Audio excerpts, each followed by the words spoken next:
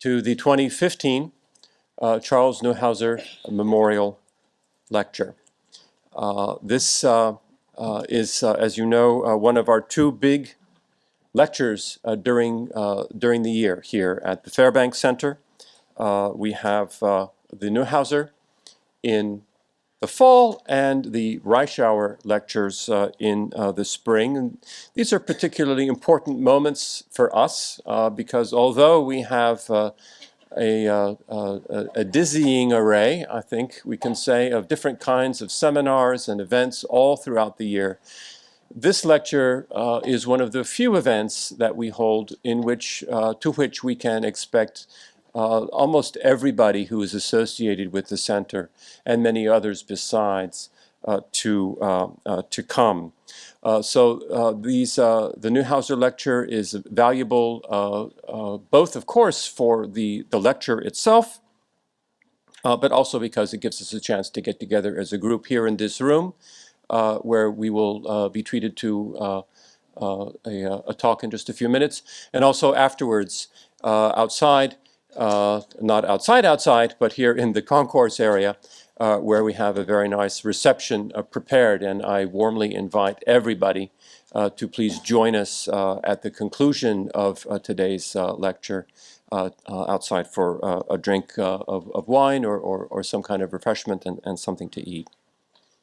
Let me say a few things about the lecture and then introduce our speaker. So this lecture is given in honor of Charlie Neuhauser, who was the class of '53 here at Harvard, and a longtime public servant and what used to be called a China hand, a zhonggotong in Chinese, a man with very close ties to the Fairbank Center before it was called the Fairbank Center, when it was still known as Harvard's Center for East Asian Research. Now, we are told that Charlie Neuhauser was not somebody who was a wallflower, a guy who was content to be sitting in the back of the room quiet. He was a man, quote, of strong opinions and acerbic wit, which means I think he would have fit in very well with the personalities at the Center for East Asian Research. Insofar as I know anything about them, we still have a few veterans lying about, and they make no secret of their strong opinions and acerbic wit when they have occasion to do so, should the director move in some direction that does not, say, accord well with tradition. Sadly, Charlie Neuhauser died very young in 1987, and his brother Paul generously established this lecture in his memory soon afterward. And I would like to recognize Paul, class of '55, and his wife Mary, who are here with us today.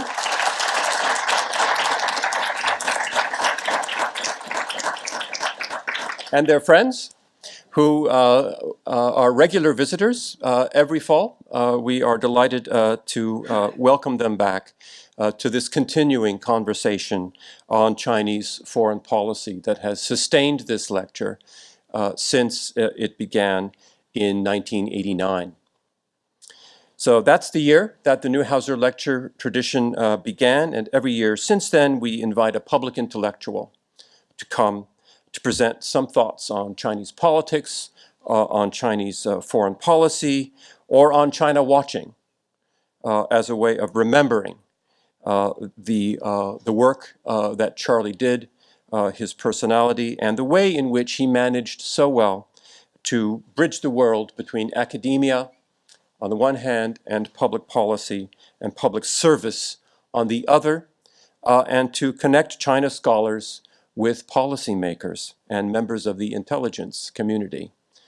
These are connections that I think were far more robust in an earlier age, but which remain, I think, at least as important, if not more important, today. Now, when I enumerate some of the names of people who have given the Neuhauser lecture, you will recognize what I mean when I say that we have a tradition here of picking the very top people for this lecture series. The first lecture was given by Richard Holbrooke. Later speakers have included Michael Oxenberg, Doug Powell, Stapleton Roy, Richard Solomon, Susan Shirk, Jim Lilly, David Shambaugh, Kyle Eikenberry, and last year, Kevin Rudd, among others. So we are very happy to welcome this year's distinguished speaker, Professor Elizabeth Economy, to this illustrious role. Dr. Economy received her bachelor's from Swarthmore, her master's degree from Stanford, and her PhD from the University of Michigan. But she also holds, as I understand, an honorary law degree from the University of Vermont, from the Vermont Law School. She has been for many years at the Council of Foreign Relations, as many of you will know, or many of you will know her, where she is the C.V. Starr Senior Fellow and the Director for Asia Studies. From her position there, she is able, through her publications, through her commentaries, her appearances on television and radio, and on her blog, where she's very active, to influence the American understanding of contemporary China, whether this understanding be one formed in the classroom or in the boardroom or on Capitol Hill. Her focus has long been on the Chinese environment, long before it became fashionable for people to be talking about the crisis of the environment in China. The first book published, The River Runs Black, in the environmental challenge to China's future back in 2004, was a really timely call for us to be paying attention. Happy to say, 11 years later, Harvard has finally heard that call. That's actually not fair to Professor McElroy. But the Harvard Global Institute, which was announced yesterday by President Faust, has taken as its very first project, based in Shanghai, a $3.75 million initiative to address questions of energy and environment in China.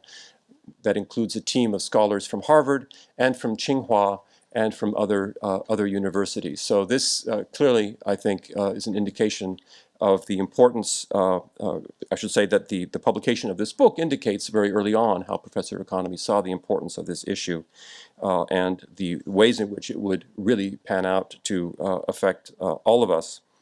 Her most recent book, By All Means Necessary, How China's Resource Quest is Changing the World, continues in this vein, continues the examination of China's environmental impact on the world stage.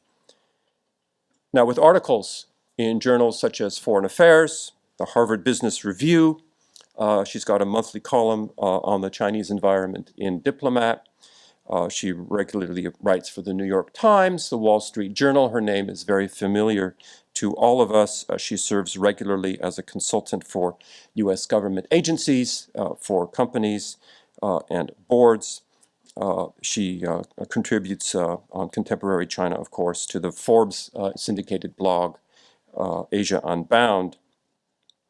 But she is also an active academic.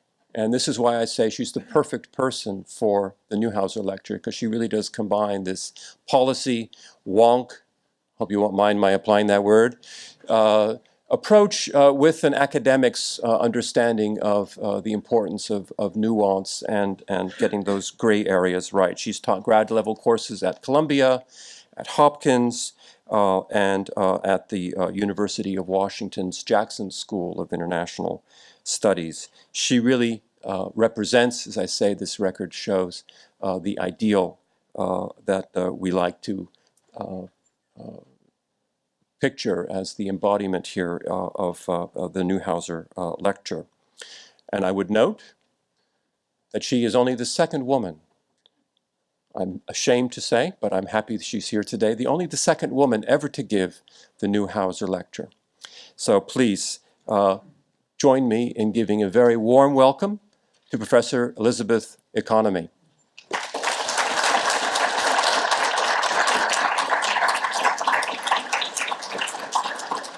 Before she begins, I must make one announcement, which is that today's event is being recorded, both audio and video recording. This we did on explicit instructions from Rod McFarquhar, who, as some of you may know, was quoted a little bit out of context in a recent article in the Global Times. And we want to make sure we get all the words right for Professor Economy so we don't have any such further misunderstandings. Thank you. I hope you're not comparing yourself to the Global Times, that I would have to worry about that. Thank you, Mark, for that truly lovely introduction. You know, we always say, oh, thank you for that lovely introduction, and sometimes it really is, and sometimes it isn't, but that truly was, and I really appreciate it. It really is a great pleasure for me to be here at the Fairbank Center to deliver the 2015 Charles Neuhauser Lecture before such a distinguished audience of faculty, university students, and members of the Cambridge community. I'm particularly pleased to see my good and old friend, Ian Johnston, sitting up here in the audience. We were students together at the University of Michigan.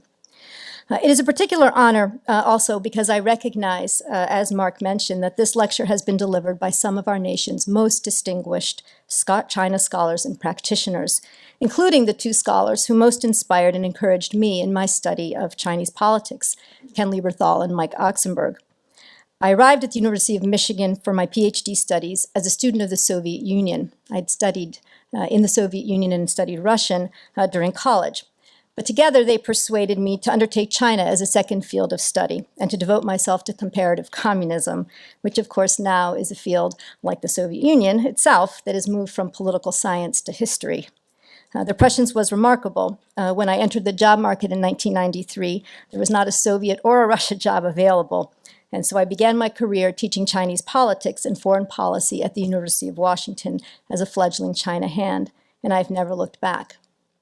I'm also honored because the series is held in memory of Charles Neuhauser, a former CIA intelligence analyst. Few people here probably know that I spent 2 years as a Gorbachev analyst at the CIA from 1985 to 1987. When I read the monograph that Mr. Neuhauser completed here at Harvard in 1968, Third World Politics, China and the Afro-Asia People's Solidarity Organization, 1957 to 1967. You know, we didn't really worry about catchy titles back then. I felt a personal connection, not only because of his background as a CIA analyst, but also because of how he approached his material. His research, which explored Chinese foreign policy in the Third World, reflected the type of finely grained observations of political behavior and analysis of stated intent versus action that I find particularly compelling in trying to understand China in all its complexities. Were Mr. Neuhauser in Washington today, I am confident that his work would be most helpful in navigating the increasingly uncertain shoals of the U.S.-China relationship. I say uncertain because despite the fact that we are already 3 years into the leadership of Xi Jinping as General Secretary of the Communist Party and 2.5 years into his tenure as President of China, there continues to be significant uncertainty and debate in the policy world over the intentions, capacity, and implications of Xi and the new Chinese leadership. Some of this is due to the continued opacity of Chinese policymaking that prevents us from gaining the insight we would all like to have into the real-time thinking and debates within Zhongnanhai. Some of this uncertainty, I think, is due to the seeming avalanche of new initiatives that this particular Chinese leadership has unleashed. At times, I think it threatens to drown those of us who try to sift through what is old and what is new to make sense of China's future direction and to offer thoughts about U.S. policy toward China.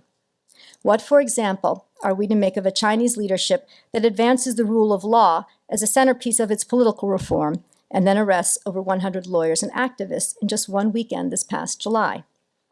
Such contradictions are inherent in China, of course, but I think that in time of such change and uncertainty, there is a danger that we become overly reliant on our traditional frames of understanding and find it particularly difficult to incorporate and properly assess new information.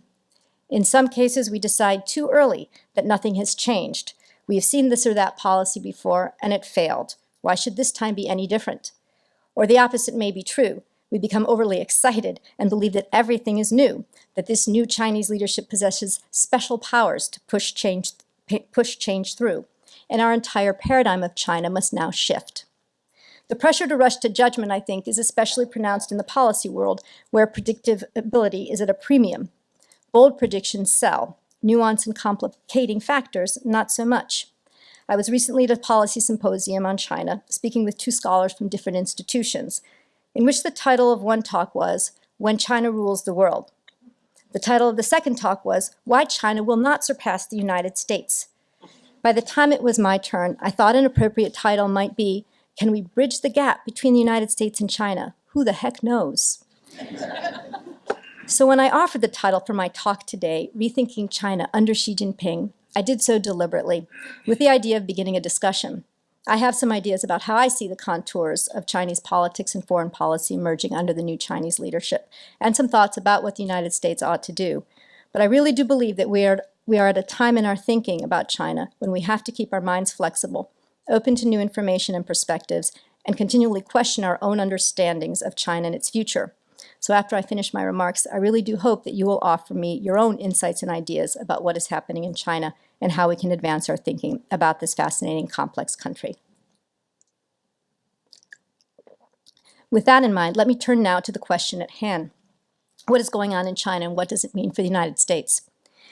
My sense is that the time is rapidly approaching, if it is not here already, that Xi Jinping will need to begin to reform his reforms. While he's succeeded in raising China's profile on the international stage, critical areas of his reform effort appear to be sputtering or stalling. In some instances, the reform lacks the proper institutional support. In other instances, reforms conflict with or undermine each other. And in still other instances, I think the heavy hand of the state is blocking the very reform it seeks to promote. China's path forward is ultimately its own to choose, but like a good dance partner, the United States can help to influence the form, direction, and tempo of China's next moves. Before exploring the reforms that are underway, let me begin by saying that I think that Xi Jinping is really the first Chinese president since Deng Xiaoping to hit the ground running and articulate a vision for where he wants to take the country. And I think the vision is reasonably well encapsulated in his Chinese dream. Chinese dream is an evolving concept that he first began to enunciate without referring to it as the Chinese dream in his very first speech after being named General Secretary of the Communist Party on November 12, 2012. In that speech, he spoke of the great revival or the rejuvenation of the Chinese nation that would allow the country to stand more firmly and powerfully among all nations. Just 2 weeks later, he hearkened back to that theme during a visit to the Road Toward Renewal exhibition at the National Museum of China, where he stated that to realize the great renewal of the Chinese nation is the greatest dream for the Chinese nation in modern history. He spoke of attaining a moderately prosperous society by the 100th anniversary of the founding of the CCP. Later, he also set out a goal of doubling per capita GDP between 2010 and 2020, which is a little more concrete, and pledged to ensure that the party would address its challenges, such as corruption and bribe-taking, and effectively unite and lead the people. In later speeches, he also included a strong Chinese military capable of fighting and winning wars. While Xi acknowledged that everyone would have his or her own dream, he also asserted that the realization of everyone's dream is inextricably tied up with the well-being of the whole nation and the success of the whole nation's dream. It would be easy to dismiss Xi Jinping's Chinese dream as just another sort of theoretical construct along the lines of harmonious society and the many other sort of Chinese aphorisms that we've heard over the years. But I think that in this conception of the Chinese dream, Xi accomplishes three really important objectives. First, he begins to create the possibility of a more seamless narrative of Chinese history that will allow him to imbue the China of today with the glory of past successes and to use elements of Chinese culture, values, and past status in the world to support his current policies. Second, the rejuvenation narrative is a powerful one. It embodies a sense of patriotism, urgency, and boldness that is useful to Xi. He is trying to develop popular support and energy for the challenging set of reforms he has set out to accomplish in the face of a largely complacent, if not apathetic, Communist Party. And third, Xi uses the concept of the rejuvenation of the nation to establish the foundation for his reform priorities: reform of the party and its relationship to society, reform of the economy to increase the wealth of the Chinese people, and reform of Chinese foreign policy to ensure a stronger position in the international community. Within the rejuvenation and reform narrative, I would argue that Xi's top priority, has been the reform of the party and its relationship to society. He's put significant energy behind reinvigorating and re-legitimizing the Communist Party in the eyes of the Chinese people and deepening the party's engagement with society. He himself was in charge of the leading group for party building before he became General Secretary during 2008 to 2013. and he has assumed control of both the newly established leading group for national security and the newly formed leading group for cybersecurity and informatization. Both of these leading groups focus in part on addressing threats and perceived threats to the party's hold on power. If we look at Xi's reform initiatives in this area, I think we can broadly define them in 4 areas. None of them is completely new, but I think they're all distinguished from previous efforts by their scale and their scope. First, Xi's anti-corruption campaign. Immediately upon assuming power, Xi echoed former Chinese leader Hu Jintao's statement that corruption in the party, if not addressed, could lead to the death of the Communist Party and even the death of the state. Of course, anti-corruption campaigns have been a staple of Chinese Communist Party political life since Mao Zedong. But under Xi, the range of people detained from every sector of society and every level of government is striking, as is the sheer number. During 2013 and 2014, over 400,000 people, officials, were disciplined, and more than 200,000 prosecuted in the courts. That's almost 300 per day. Second, Xi has pushed to address what I would call hot-button political and social issues, including the environment, the system of re-education through labor, the hukou system, residency permit system, land expropriation, the one-child policy, and more broadly, the rule of law, among others. Many of these issues are at the heart of the tens of thousands of protests that plague China annually. The previous Chinese leadership also targeted many of these same issues for reform in their effort to develop a harmonious society, but they were never really successful. And Xi has brought renewed energy and focus to addressing the socioeconomic downside of 30 years of unfettered economic growth and failure to develop a social welfare net. She's also trying to formulate what I would call a coherent and appealing political ideology around which party members and the broader Chinese public can coalesce. The party had become, for many, I think, simply a vehicle for personal, political, and economic advancement. And Xi appears to be trying to mix a new political cocktail of Marxism, Confucianism, and Xi Jinping thought to establish a set of political values that are rooted in reality, that can bridge the significant historical gaps that the country has experienced, and that can provide a compelling narrative around which a diverse population can cohere. As he said, traditional culture should act as a wellspring nourishing the party's values. I think he also wants to export these values and ideas through the development of world-class think tanks that will compete with their Western counterparts and promote Chinese ideas and Chinese perspectives to counter what Xi perceives to be the dominant world narrative put forth by Western liberal democracies. And finally, and most importantly, I think from a U.S. perspective, Xi has pushed aggressively for the party to exert influence throughout the political system and to penetrate more deeply into the social and political lives of the people. Beijing under Xi Jinping has reined in the freewheeling discourse that had begun to emerge on the internet, passing regulations so that a person can receive up to 3 years in prison for posting anything that authorities would consider a rumor, if the post is either read by more than 5,000 people or forwarded more than 500 times. Chinese citizens were arrested, for example, for posting theories about the disappearance of the Malaysia Airlines Flight 370. Over one 4-month period, Beijing suspended, deleted, or sanctioned more than 100,000 accounts on Weibo for violating one of the 7 broadly defined bottom lines, such as the moral bottom line or the socialist bottom line. Xi Jinping is trying to centralize political voice so that there is no other authoritative political voice other than the party. The government has detained, arrested, or publicly humiliated popular bloggers, some of whom had tens of millions of followers. And Xi has also labeled ideas from abroad, such as universal values, freedom of the press, and mistakes by the Communist Party, as unpatriotic and dangerous, and banned them from being taught in universities. More recently, the government announced a regulation to place party groups within Chinese NGOs, offering a new and frankly disturbing means, I think, of potentially limiting the growth and diversity of Chinese civil society. These moves are complemented by an effort to forge what I think of as an us against them mentality, in which all of China's problems are blamed on hostile foreign forces. Thus, in the Chinese media, hostile foreign forces are often responsible for environmental protests or labor unrest, even the steep drop in the Chinese stock market this past summer.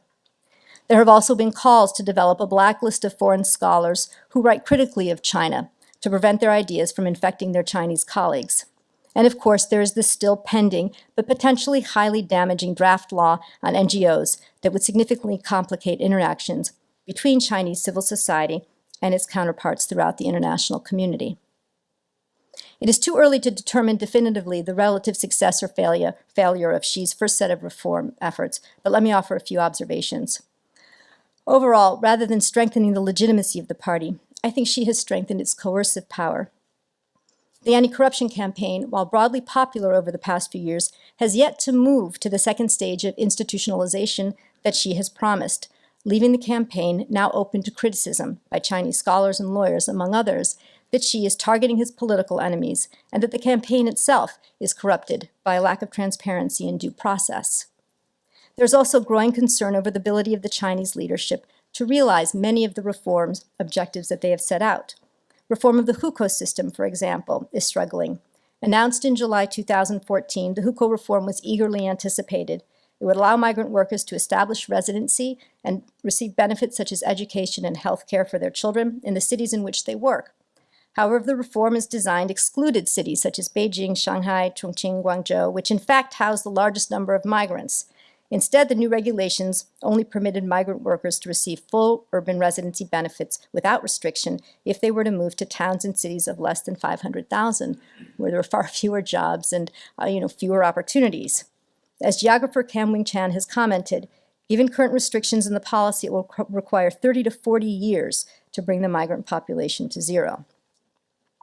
Xi is also alienating many of the wealthy and most talented Chinese who are sending their capital and children abroad. By one measure, almost two-thirds of the Chinese with assets of $1.6 million or more have already emigrated or seek to leave the country. Safety of their assets, pollution, and education top their list of concerns. Finally, I would note that the direction of the reform, and in particular the anti-corruption campaign and the intrusion of the state into every detail of people's professional and personal lives, are creating a climate of fear and/or ennui that is inimical to the type of economic and political risk-taking that Xi wants and needs to advance his overall reform effort. Many Chinese and U.S. business people report that officials are now afraid to push forward with reform because they do not want to raise their hands or heads in a climate where everyone is under suspicion.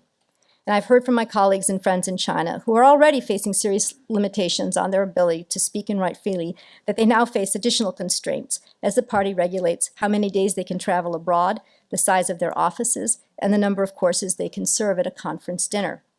Certainly, efforts to attract the best and the brightest to Chinese academic institutions will face an uphill fight in such a constrained atmosphere.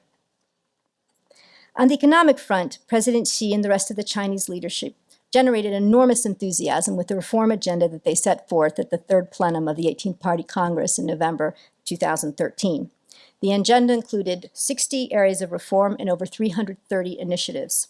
Overall, I would say it stressed the transformation of China from a manufacturing to an innovation nation, rebalanced the economy away from investment and export-led growth to consumption, and promoted the expansion of the private sector. For many outside observers, the headline was Beijing's commitment for the first time that the market would play the decisive role in the economy rather than playing merely a basic role. There was a sense, particularly in New York where I live, that Xi was restarting the engine of economic reform that largely had been dormant during the years of Hu Jintao and Wen Jiabao. And despite the slowdown in the Chinese economy, over the past 2 years since the plenum, most of the business community, with the exception of a few outliers, have argued that Xi and his team would succeed. Today, that view has dimmed somewhat. Premier Li Keqiang, speaking at the National People's Congress in April 2015, suggested that the pace of reform was not what the leadership had hoped for, in part because of the overall slowdown in global growth, but also because of the difficulties in implementing many of the reforms. Certainly, there have been successes. The government has significantly reduced the number of approvals needed to start a new business. Progress has been made in rebalancing the economy. Efforts to spur a new wave of innovation through investment and entrepreneurship are underway, and services now occupies a much larger share of GDP. There has also been progress on exchange rate liberalization, and the online consumer sector is booming. Yet there is easily an equal number of areas where the needle appears not to have moved. The development of property registration rights and taxes, the establishment of a stronger social welfare net, liberalization in the service sector, including education, finance, healthcare, insurance, the list goes on and on.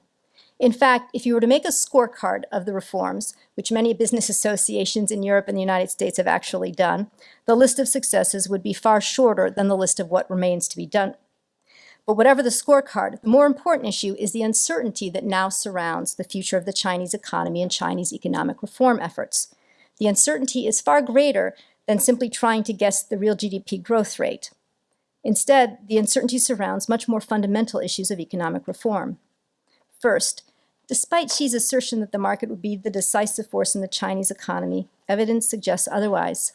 Some Chinese economists have in fact suggested that Xi is not entirely comfortable with markets. In articles that he wrote as party secretary in Zhejiang, he discussed the necessity of the invisible hand of the market and the visible hand of the state, essentially holding hands. He argued that the two should reinforce each other. The hand of the market should focus on issues such as efficiency and urbanization, while the state should focus on social management, public services, fairness, and rural development. This ambivalence may have been partly responsible for this past summer's intervention by Beijing in the Chinese stock market. Not only did the Chinese government intervene to rescue the market as it plummeted, but it was also partly responsible for its dramatic rise by encouraging the Chinese people through the media and with billboards to buy stocks to begin with. So the state, instead of acting as an impartial regulator, was intimately involved in both boosting the market, rescuing it, and then prosecuting those it deemed responsible for its steep decline. A similar ambivalence over the role of the market in competition seems to be limiting the reform of the state-owned enterprise sector. Although early indications suggested that SOE reform would be a top priority for Xi Jinping, as the reform proceeds, it appears designed to enhance state control rather than to limit it. The major push has been to cut pay for state-owned enterprise heads and increase the dividends state-owned enterprises pay to the government. They're also encouraging SOEs to become more efficient, but to do it by expanding themselves through the acquisition of private companies. While some lower-level SOEs will be allowed to fail, the emphasis appears to be much more on creating efficient national champions than breaking apart monopolies. Finally, surveys of European and American businesses also suggest that the Chinese economy is becoming less rather than more open to competition, at least for multinationals. Xi's anti-corruption and anti-monopoly campaigns have targeted multinationals that make products as wide-ranging as powdered milk, medical supplies, pharmaceuticals, and auto parts. More recently, the Chinese government has proposed regulations that would mean that U.S. companies such as Amazon or CBS that use a particular type of corporate structure would have to sell controlling stakes in their operations to Chinese nationals. Another proposed regulation would require that companies that provide computers to banks would also have to provide their secret source code. Now, this is a regulation that was halted. It looked like it wasn't going to come to fruition, and I just read today that IBM is going to move forward and allow the government to look at its source code. While new regulations are likely to be introduced more frequently in a transition economy, there is growing sentiment within the foreign business community that under Xi Jinping, the regulations that are emerging more often than not threaten to make access for multinationals more difficult or the playing field more uneven. Even though many of these regulations do not actually come into force, they nonetheless contribute to a perception of a more challenging and inhospitable business environment. Let me make two final points on economic reforms. First, Chinese economic reform was never going to be easy. Expectations were high that the government would move aggressively and score easy and early successes. In New York and Washington, there was a widespread belief that this set of Chinese leaders and their economic advisors were uniquely suited to managing the overhaul of the Chinese economy. Clearly, however, there have been some missteps. But we are only 2 years into this reform effort, and some of the reforms are not slated to come to fruition until 2017 or 2020. So there is time to wait and watch. Second, we will know shortly whether the Chinese leadership is ready to launch another round of reforms, to reform its reforms. Over the coming months, it will be releasing the draft of the 13th five-year plan and then revising it. So there will be greater clarity, at least on paper, as to the nature, commitment, and timing of future economic reform. Finally, Xi's third priority, and perhaps the area where he has achieved the most visible success, is in recalibrating China's position vis-à-vis the rest of the world. Xi's China dream is, to a large extent, about China's rejuvenation as a great nation within the context of the international system. In the book of Xi's speeches and interviews that was released in 2014, The Governance of China, Xi states that he wants China not only to create the rules of the game, but also to construct the playground on which the games are played. The result, I think, has been a set of disparate but ambitious proposals to establish Chinese centrality in the global order, some of which are supportive of U.S.-China cooperation, others of which are competitive in nature. At the top of Xi's foreign policy agenda has been his proposal for a new relationship among major powers. Merely by proposing the concept, President Xi has asserted China's place on the world stage in a new way, taking the country from its previous comfort zone as a rising, emerging, or regional power to a full-fledged major power. Chinese officials and foreign policy scholars have spilled a lot of ink advancing this idea and insisting that it represents a breakthrough proposal for the U.S.-China relationship. President Xi first publicly proposed the idea to President Obama during the summer of 2014 at their meeting in Sunnylands. On its face, the proposal seems to be little more than a non-threatening statement of amity. The two countries agree to no conflict and confrontation, mutual respect, and win-win cooperation. The United States, however, has had a somewhat confused response to this proposal, at times seeming to acknowledge it as a good idea, but then backing away from it. It has not in any case formally accepted a new relationship among major powers. In part, I think this is because the concept is so vague, and the U.S. doesn't really understand it. And in part, I think it is because it sounded a little bit too much like a G2.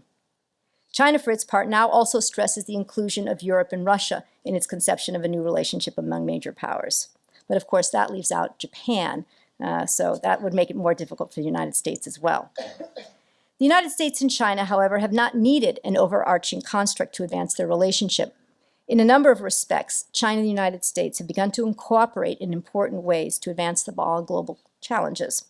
They have undertaken side-by-side pledges to reduce their CO2 emissions, to address climate change, and in so doing, they have breathed new life into the climate change negotiations. They've agreed not to undertake commercial espionage to advantage their companies. China, on its own, has stepped up to the plate to pledge $3.1 billion for a climate fund for developing countries and has promised to provide 8,000 new troops for UN peacekeeping. And with a little nudging from the United States, it quickly ramped up its assistance in the Ebola crisis to become an important source of infrastructure and medical support. I think the prospects for continued cooperation on the global stage are quite promising. The greatest impact, I think, of China's new impulse to lead, however, is undoubtedly being felt in its own backyard within the Asia-Pacific. Xi Jinping has proposed a revival of the ancient concept of the Silk Road, which he has termed Yidao Yilu, one belt, one road. Although this initially appeared to be nothing much more than a massive infrastructure project that would connect China and Asia through to the Middle East, Europe, and Africa via ports and railroads, highways, and pipelines, it has emerged over the past several months as a far more expansive project of connectivity, including new trade and investment regimes, proposals for financial integration, significantly greater interaction in the cultural sphere, and expanded opportunities for tourism and governmental exchanges. The NDRC, National Development and Reform Commission white paper on the Silk Road is quite breathless in the potential for this idea to be transformational. While still in its nascent stages, there is a good deal of excitement among many potential partner countries along the new Silk Road, primarily at the thought of increasing Chinese investment in critical infrastructure. In order to support the new Silk Road and China's position as a regional and global leader, Xi is also driving the establishment of new institutions.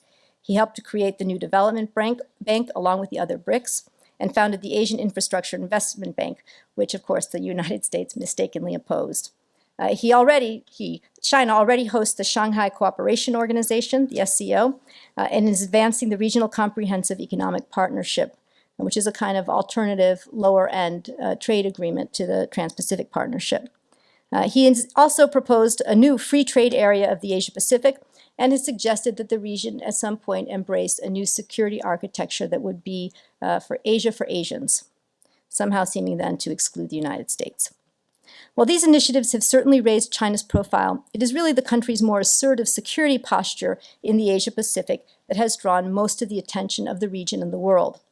China is moving, in my opinion, from staking its claims to maritime domain in the East China Sea and the South China Sea to realizing them. Xi has used a combination of fishing boats, Coast Guard patrols, and naval vessels to advance Chinese maritime interests, declared an air defense identification zone over the East China Sea.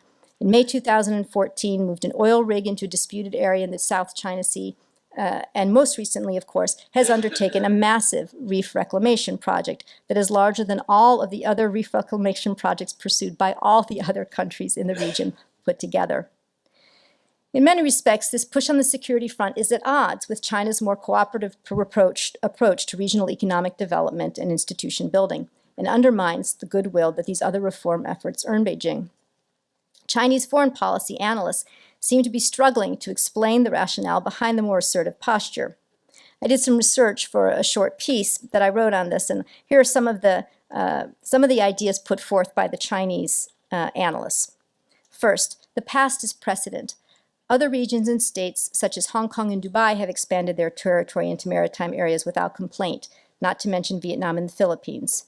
Second, economics is driving Chinese actions. China needs the disputed islands to manage its economic interests, including fisheries and offshore oil drilling. Third, it is for the benefit of the region. China welcomes other countries to use the facilities on the reefs. They will help with weather forecasting and maritime rescue. China is just responding to international expectations. Fourth, this is all about the United States. Beijing is responding to the U.S. rebalance to Asia and the Trans-Pacific Partnership. The United States fears that China aspires to replace U.S. leadership and that China's experience will outshine the United States' economic model, democracy, and values. We have no problem with our neighbors. The United States is overreacting, escalating the situation, and making false accusations. Fifth, our actions are misunderstood. We simply need to explain ourselves better. China needs to bring its own governance, values, and traditions to the table. Frankly, however, I think Shi Jinping, who is a senior professor at the Institute of International Relations at Renmin University, most closely reflects the perspective of the Chinese leadership. He attempts to bridge Chinese actions in the region with the idea of a new relationship between major powers, writing that the United States must have respect for expanding Chinese geostrategic interests such that China would maintain a military advantage against the United States in the West Pacific, while the U.S. will retain its advantages in the eastern part of the West Pacific, east of Okinawa and Guam. This would effectively exclude the East and South China Sea, which are, of course, the areas currently most contested and which affect U.S. allies and partners most directly. The end result for Beijing is that while the region has largely embraced Chinese economic and institutional initiatives, its security posture has raised significant concerns. Countries have flocked to the United States for protection, and the United States has responded by ratcheting up its defense relationships with allies such as Australia, Japan, and the Philippines, as well as improving its defense relationships with other non-ally partners such as Indonesia and Vietnam. Even more interestingly, I think several new regional security partnerships are underway that exclude both Beijing and Washington. India has been training Southeast Asian navies in Myanmar and Vietnam, and many of the region's militaries, including those of Australia, India, Japan, the Philippines, Singapore, are undertaking bilateral and trilateral joint defense exercises. In this respect, Chinese actions have created a de facto new security architecture that has as its primary objective acting as a bulwark against China itself. When considered altogether, Xi faces both significant domestic and foreign opposition to the coercive nature of his domestic political reforms, uncertainty surrounding his economic reforms in the midst of an economic slowdown, and a foreign policy that is both lauded and loathed. Moving forward, failure to make the right choices on the domestic front, particularly on the economy, will severely constrain Xi's ability to advance the country's ascent as a leader on the global stage. So what does this suggest for the United States and for the role that the United States must play? To return to the dance metaphor I suggested earlier, the United States must be a patient and responsive but firm partner for China. Let me offer a couple of recommendations. First, the U.S. must give China a chance to lead. Xi Jinping has an ambition for China to lead globally, and the United States should welcome the opportunity that such ambition presents. In 2005, when Deputy Secretary of State Bob Zoellick first raised the idea of China becoming a responsible stakeholder, China rejected the idea as an imposition of U.S. values. Today, I would argue President Xi and the rest of the Chinese leadership have this as a priority. They understand that not only can China be a responsible stakeholder, but also can be a leading stakeholder, helping to shape emerging norms and regimes. Chinese interests in this regard will certainly not always coincide with those of the United States, but there is a new opportunity for the United States to leverage Xi's ambition to forge greater cooperation in areas such as Afghanistan, or at least to arrive at policies that work in tandem, such as in the case of climate change. Second, the United States should also ensure that Beijing and Washington don't step on each other's feet unnecessarily. Translation, don't pick a fight where there is none. The United States has to be able to distinguish between the Asian Infrastructure Investment Bank and the Air Defense Identification Zone. The U.S. has sought, since the opening of our relations more than 40 years ago, to have China as a partner, or as I just mentioned, to be a responsible stakeholder in the international system. The development of an Asian Infrastructure Investment Bank, if managed properly, has the potential to be a significant contributor to the continued development in poor countries in Asia, meeting infrastructure needs that the Asian Development Bank and the World Bank simply can't fulfill. The unilateral declaration of an air defense identification zone in the East China Sea that overlapped with Japanese and South Koreans does not have the same potential. In China, where there is already a propensity to see the United States as trying to undermine the Communist Party and contain China, we should not provide them with any fodder for this type of argument unless absolutely necessary. Third, the United States must be able to adapt quickly when China surprises it with a dip or a twirl. As I have tried to argue, China's reform process is encountering serious challenges that are increasingly acknowledged and discussed in policy circles in and outside China. Xi Jinping is now faced with a difficult choice of whether to reform his reforms. Will he, for example, grant greater power to civil society, to the judicial system, and to the market to advance reform in areas like the anti-corruption campaign, the environment, and the economy?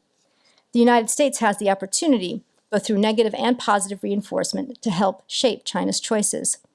It should push back hard on regulations that undermine its interest, as it has, for example, with regard to the draft NGO law, by pointing out that one of the fundamental pillars of the United States-China relationship, indeed one that China continuously emphasizes as important, people-to-people exchange, will be harmed. At the same time, it can reinforce China's interest in market-driven reform through positive incentives, such as beginning discussions on China's accession process into the Trans-Pacific Partnership, or even perhaps beginning discussions of a bilateral free trade agreement. Fourth, the U.S. and China should occasionally take a break and let others take the floor. Everything about global politics and even regional politics is not about the United States and China. I think one of the most dangerous tendencies, not only in China and the United States, but elsewhere in the world, is to place everything into a U.S.-China construct. Often it breeds competition unnecessarily.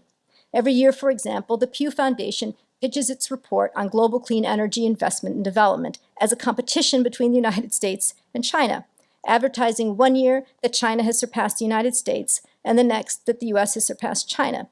The real point, however, is that the report is a state of the world report on clean energy investment. Nothing useful comes of forcing a competitive U.S.-China overlay. Similarly, when the media trumpet Shanghai's PISA scores as evidence that the U.S. lags far behind China educationally, they are ignoring the reality of how the data are collected, the relevance of the comparison, and let's face it, the fact that hundreds of thousands of Chinese students elect to educate themselves in the United States every year, not to mention the fact that U.S. scores are always really poor on this particular test. Perhaps even more damaging, it has become fashionable in the United States, China, particularly Australia and elsewhere, for some scholars and even officials to carve up the world, or at least the Asia-Pacific, into China-U.S. spheres of influence. Such proposals, I think, do a grave injustice to other important regional actors, such as Japan, which, let us not forget, happens to be a much larger source of foreign direct investment in Southeast Asia than either the United States or China. And the proposals also insult the countries of the region by implying that they are simply pawns on a U.S.-China chessboard with no ability to decide their next move independently. Fifth, sometimes the United States must lead. In the face of a rapidly changing China that is putting out a seemingly constant stream of initiatives, it is easy to fall into a trap of simply being reactive. However, the opposite approach is often necessary. The objective should be to keep moving forward with U.S. policies and U.S. interests, while at the same time looking for new areas of cooperation and attending to new areas of challenge. That is why the U.S. pivot or rebalance to Asia that was announced by President Obama is particularly important. It represents an assertion of U.S. interests in freedom of navigation by increasing our military presence in the region, in free trade through the Trans-Pacific Partnership, and in establishing norms and institutions of good governance through political capacity building to promote transparency, rule of law, and official accountability throughout the developing countries of the region. America can also lead by example. This past summer, I heard a talk by one of China's most well-known bloggers who said that the most important means by which the United States could help advance human rights in China was to serve as an example. He referenced the passage of the gay marriage law as something that set off a wide-ranging discussion on China's internet about the situation of gay rights in China and contributed to a very positive perception of the United States. Let me now end where I began with Mr. Neuhauser. As he demonstrated, understanding and working with China is a process of intent measured alongside action, just like dancing. It is necessary to keep your feet on the ground and never take your eyes off your partner. Thank you very much.